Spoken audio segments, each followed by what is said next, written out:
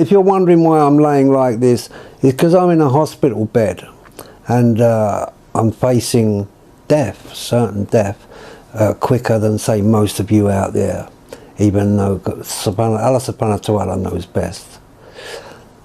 I'd like to speak to people in general about Islam and what it is and what it is not. Because I know that today we are looked at like we are some kind of poison. The news that is reaching the average person out there is derogatory nonsense that doesn't portray or even come near Islam and what it is and what it is not. 15 years ago, I picked up a book called the Quran, and I opened it and I started to read it. What I realized was that the Quran was a way of life. And I opened this book, the Quran, and what I noticed that was different about the Quran is that it was a system for life. It actually works. As I read through, and I read the surahs, the meanings, and I got my head out of the red top syndrome, you know, the papers that you buy in this country. What I realized was Islam was a very beautiful religion, or system for life. And I prefer to call it a system for life. When we get to religion, we all know that religion has, as far back as we can remember, has always been a point for man to start to war. And that war always just leads to more people being killed. And we've got to the place now where the world is such a dangerous place that if it doesn't have a healer pretty quick, then I don't see a very good future ahead of us.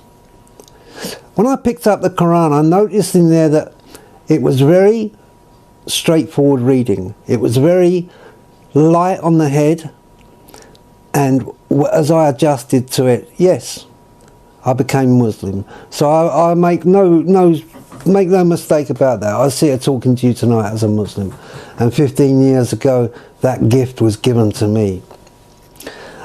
I would like to dispel some of the ideas that have been sold to you, and they have been sold to you.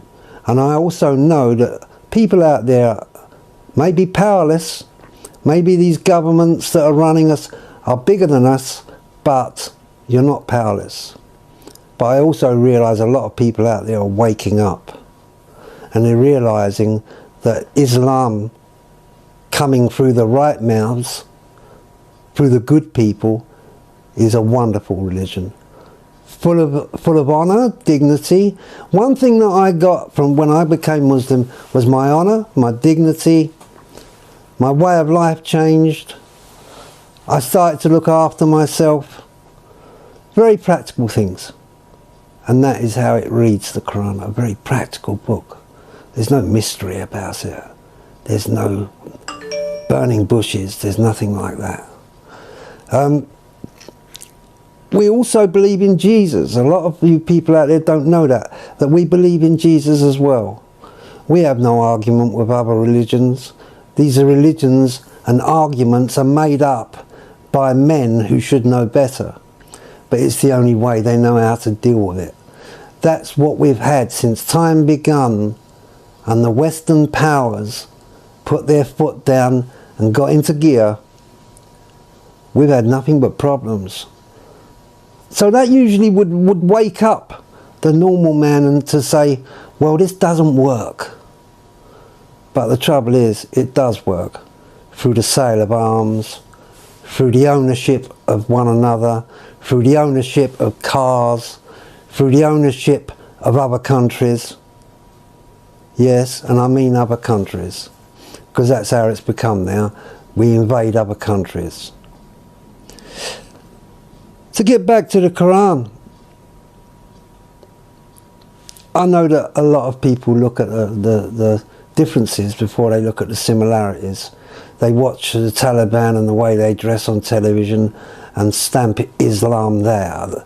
That's not Islam. Those people were just fighting for a cause they believed in. They look at certain dress and certain style, and that's what they buy into. They don't believe there's actual people that are wearing them that are intelligent, good people. Now, I'm not saying Islam doesn't have its problems. We have big problems ourselves, and we need to get on our. We need to really pull ourselves together. As Muslims, we have got a lot of inside job to do. But that doesn't mean that while we're doing that, that countries, America especially, is in the business of trying to dominate other countries. You know, yes, Islam has to have a good look at itself. I couldn't say anything else for that to be the truth. But that doesn't mean that we must be subordinate to the United Kingdom and America. Those countries shouldn't be subordinate to them. Because it seems that as long as they're making all the laws, then it's okay for them to do as they like. No doubt some of you have seen recently the pictures from the Gaza Strip. Well, I'm sure every housewife out there would look at their heart and say, this is wrong. But again, powerless to do anything about it. But we're going to do something about it. Because Muslims and people alike, you see, we have so many people every year coming to Islam because they feel safe within the boundaries of the Quran. It gives people a feeling of safety. Islam offers another way. Islam offers another way. A way that we should have a good look at. And if you are fair in your judgment and you want a life that is complete, that is dignified and an offer to someone else, where people will look at you and know that you stand up straight, then come to Islam and have a look for yourself and see what's really going on. Brush your prejudices aside. Find yourself a Quran and a Bible and a Torah. They're all good books. They're all good books. But the book, the Quran, will tell you how to live. That's the difference. It will give you an idea how to live in peace and harmony and dignity. It does actually give a recipe for that in the Quran. The other books don't do that in such a formal way as the Quran. But, as I say, I'm not here to argue which book's right. I don't mind. I don't mind.